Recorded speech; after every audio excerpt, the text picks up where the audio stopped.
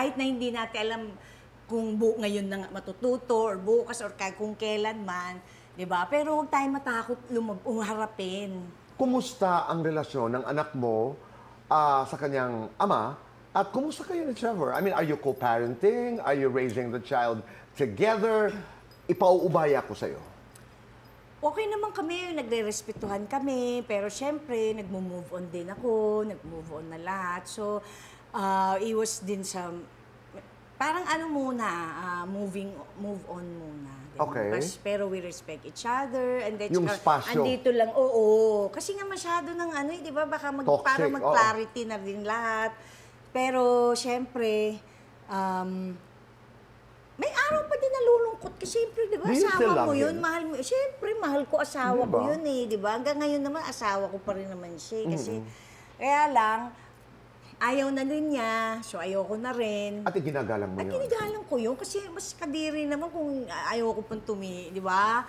After ayaw na, sasabihin ko pa, basta i-push natin. Eh, pinush na rin naman ng matagal, 9 years din naman. Inilaban nyo naman pareho. Nilaban naman namin, kaya lang siguro, gusto lang namin ng magkaiba maraming dahilan na hindi na rin namin alam. Basta mas masaya kami siguro ng ganito. Ang importante nandyan si Athena. Yes. At inaalagaan nyo. Oo. At saka, yun naman sinasabi ko sa kanya na your dad will always be your dad. Kahit anong mangyari, sabi ko.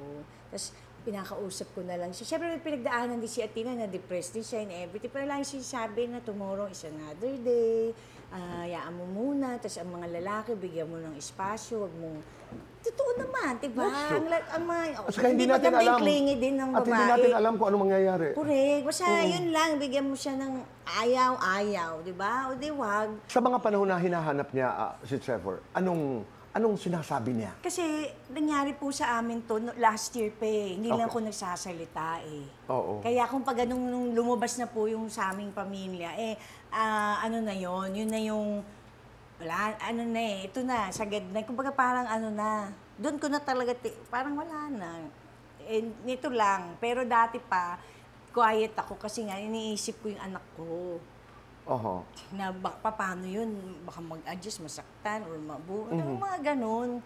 Pero dumating ka na rin sa point na bahala na nga, Diyos ko. Bahala kayong lahat. Hindi. Pero pag mga times na when she starts to look for dad, hindi nandyan naman eh. Oo nga. He's there, no? Yeah, he's there. Tsaka mahal na mahal naman siya. Yun sabi ko, mahal na mahal ka ng daddy mo. Mahal na mahal naman siya. Yun ang pinakamaganda sa'yo. Sabi ko, hindi kahit kailan hindi mo sinisiraan ang Tsaka sabi ko, alam mo, guys, kasi huwag kong tayong clingy. Ikaw, sabi ko, later on, magiging girlfriend ka din, magkakaanak ka, di ba? Huwag ka na, huwag na. Hayaan mo sila. Anyways, tatay mo yan, hindi naman niya mapapalitan, di ba? Yan ang daddy mo, habang buhay. Kaya kung hindi siya ngayon available or gusto niya mag-rest or away, space, okay yun. Oo. Diba? Wait lang tayo, sabi ko. At napakaganda ng bata. Correct. Ang pakatalino. Very pretty. Hindi, tsaka ang bait-bait niya. Hindi niya ako pinahirapan. Ganda ng Kaya mata. malayang-malaya ako kasi pati siya, yun lang naman yung pinoproblema ko din dati. Anong parati niyang sinasabi sa'yo? Alam mo, ang sabi ko sa kanya, you deserve, kaya rin ako masaya. Sabi ko, I'm always smiling. Ano daw ginawa ko? Kasi you deserve to know who I am. You're a princess dito. Hindi niya alam eh. Sabi, mama, everybody likes you. Parang among actress, you're famous pala. Sabi ko, anak, hindi mo ba alam na kinalimutan ko lahat yan? Naging normal ako, hinayaan ko, ang magandang buhay ko is maganda rin kasi because I love to do this with you and our family. Pero wala akong pakialam dito sa ganitong nakikita mo. Pero dahil ito ang buhay ng mama mo, you have to see this. You have to know what I have. You have to meet, kagaya, ninong rin kayo, di ba? Hindi niya alam lahat yun. Now she's slowly learning about all Sabi ko, these imagine things. we go to Bacolod, we have service, nice service, we have buffet, we have hotel, gano'n. Very light na kasi nga Englishan, di ba? Pero di ba, sabi ko, kaya bakit hindi ako sasaya?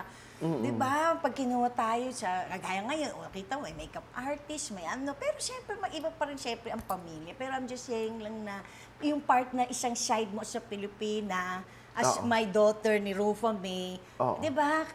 itong pamilya ko, kaibigan ko, makilala mo. O yun. Kaya nag-e-enjoy na. You're really back.